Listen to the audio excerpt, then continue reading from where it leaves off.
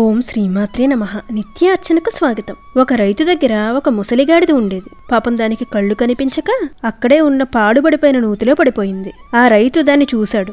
అరెరే, ఈ బావిలో గాడిద పడిపోయింది అని దాన్ని బయటకు తీసే ప్రయత్నం చేశాడు. ఎంతసేపు ప్రయత్నించినా ఆ గాడిద పైకి రాలేకపోయింది.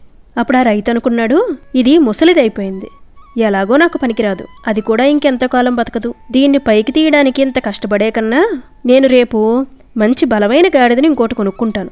ఏ చీకటి పడ్డాకో ఆ గాడిద కూడా ఇందులో పడిపోతేనో మళ్ళీ కొనుక్కోవాల్సి వస్తుంది. ఈ ముసలి గాడిద ఎలాగో ఇందులో పడిపోయింది కదా, మట్టి తీసుకొచ్చి ఇందులో కప్పేస్తాను అనుకున్నాడు. ఈ గాడిద ఇందులో ఉండిపోయి చచ్చిపోతుంది, రేపు నేను కొనుక్కునే గాడిద అందులో పడకుండా ఉంటుంది అని నిశ్చయించుకుని చుట్టుపక్కల ఉన్న రైతుల్ని పిలిచి, అందరూ తలకో తట్టా మట్టి తీసుకొచ్చి అందులో పోసేయండ్రా అని పని పురమాయించాడు. అయ్యా, అందులో గాడిద పడిపోయింది అని అంటే, అది ఎలాగో ముసలిదైపోయింది, పోతుందిలే గాడిద, మీరు వేసేయండి అని చెప్పాడు. అందరూ తలకో తట్టా మట్టి తీసుకొచ్చి పోస్తున్నారు. లోపల గాడిద ఒక్క క్షణం కిన్నురాలే ఆలోచించింది. నేనింతకాలం కష్టపడి అతనికి పనిచేశాను, నన్ను పైకి తీయడం మానేసి నా పైన మట్టి పోసేస్తున్నాడు, నేనిందులో చనిపోయినా అతనికి బాధ లేదు, ఎంత దారుణం అనుకుంది. ఉత్తర క్షణం ఒకటే అనుకుంది, వాళ్ళందరూ కలిసి ఒకలా ఆలోచించొచ్చు, కానీ వాళ్ళు ఎలా ఆలోచించారో నేను కూడా అలాగే ఆలోచించి బలిపశువునైతే నా తెలివితేటలేమిటి అనుకుంది. ఇందులోంచి తప్పుకునే మార్గాన్ని ఆలోచిస్తాను అనుకుంది. ఆ బావిలో బాగా గోడ వైపుకి వెళ్లి నుంచుంది.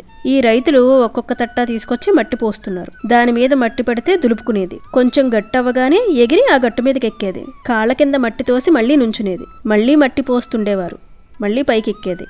ఇంకా కొద్దిగా అంచు మిగిలింది. మెల్లిగా తన స్వశక్తితోనే పైకి ఒక గెంతు గెంతింది. గెంతి పైకొచ్చింది.